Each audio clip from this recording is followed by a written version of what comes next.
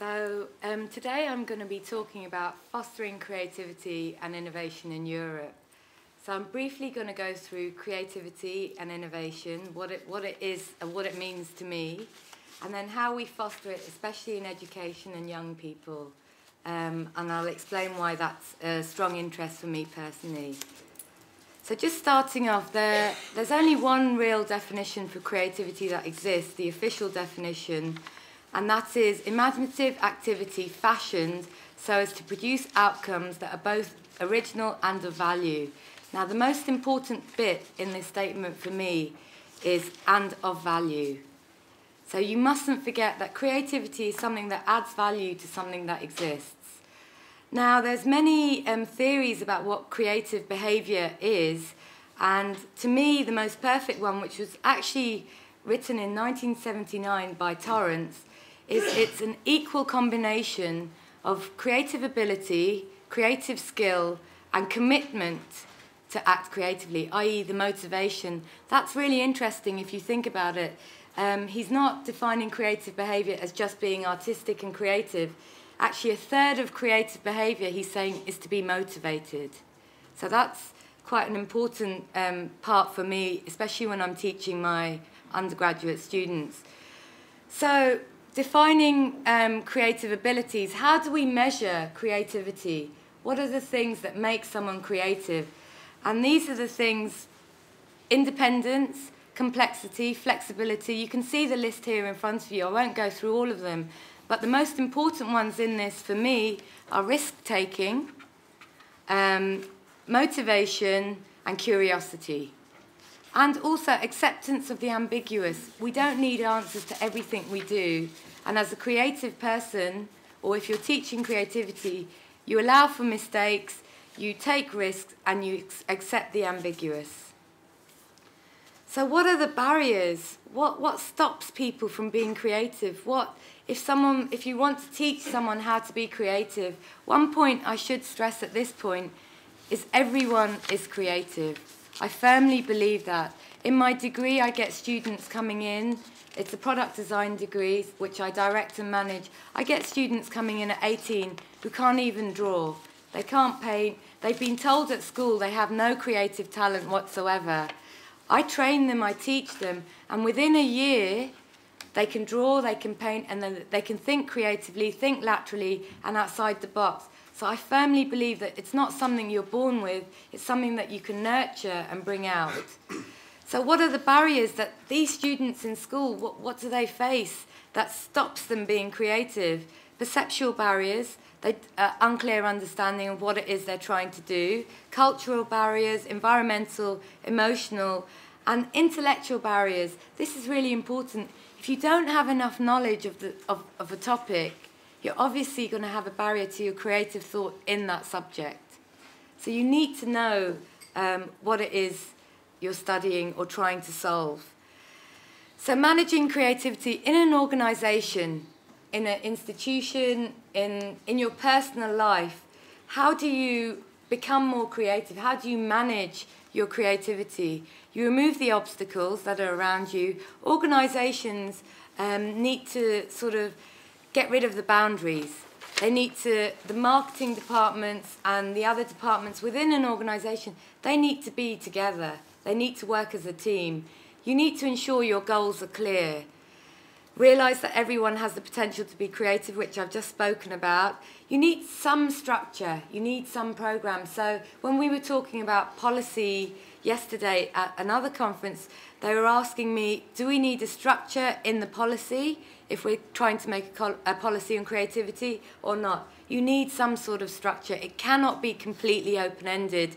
If you don't have structure, you don't know what you're heading towards. You don't know what your goal is. You need to make use of multiple perspectives and, most importantly, allow for mistakes.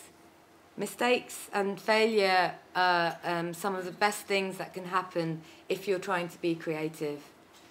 So innovation, I won't go through all these definitions of innovation, but here are a few references that you can look at which provide definitions of innovation.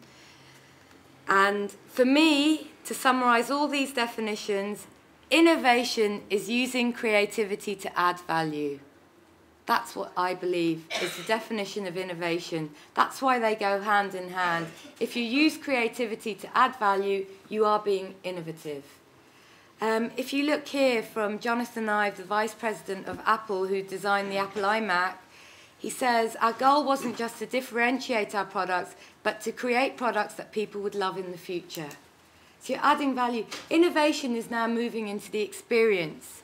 In product design, which is my field, it's not just about the actual technology that goes into a product. It's how the user feels. It's the emotional, do you feel happy when you're using something? The whole experience for when you pick up something to when you finish using it, that's where the innovation is now and in this modern world. So different types of innovation: product innovation, process, position, paradigm. And at the bottom I've written breakthrough innovation. It's basically a creation of a new platform, future strategies of company looking to achieve sustainable growth. Again, I won't go into details. I just wanted to tell you that there's different types of innovation. There's not just one type, and it depends what context you're using your creativity to add value as to which of these it comes under. So fostering creativity and innovation. I firmly believe European culture needs to foster creativity and innovation by, to manage knowledge creation. We need to manage all this knowledge, storage protection, as well as the way it flows in and out.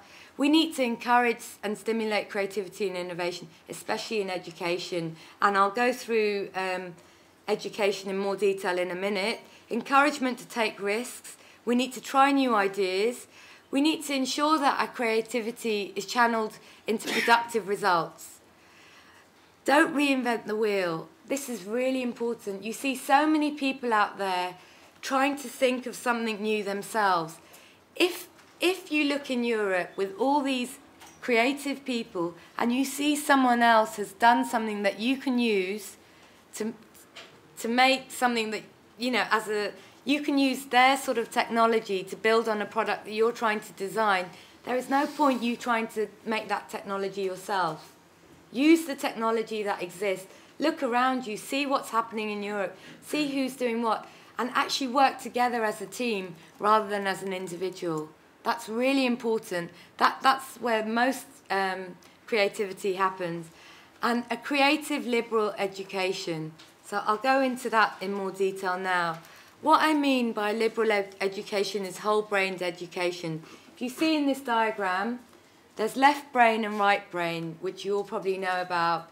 And a liberal education, whole-brained education, is where teachers can teach their students to use both sides of their brains together. One example of this is when I was at school, I was good at maths and good at art. I was told by my teachers I needed to pick one. I couldn't possibly be good at maths and art. I had to make a decision. Do I go the mathematical route or do I go the artistic route? Now this really upset me as a child. And whole-brained education is where we learn in our education system that you can nurture both together, and they actually make the most creative minds. So I studied maths, physics and chemistry and did mechanical engineering, but secretly in my spare time I was going to art school in the evenings just to keep up the artistic side. So I think the education system really needs to change in Europe, where we're told that you can be both types. It's also education without boundary, creating citizens trained to be at ease with and to bring value to all sectors of society. There's no reason that creative people should just be artists or scientists. You can be creative as a doctor, as a lawyer, as an entrepreneur, as a businessman. All the sectors need to work together and ensure creativity. So a creative liberal education is thinking, knowing and creating. An education that's free from constraint, broad in range, and is conducive to value creation in the modern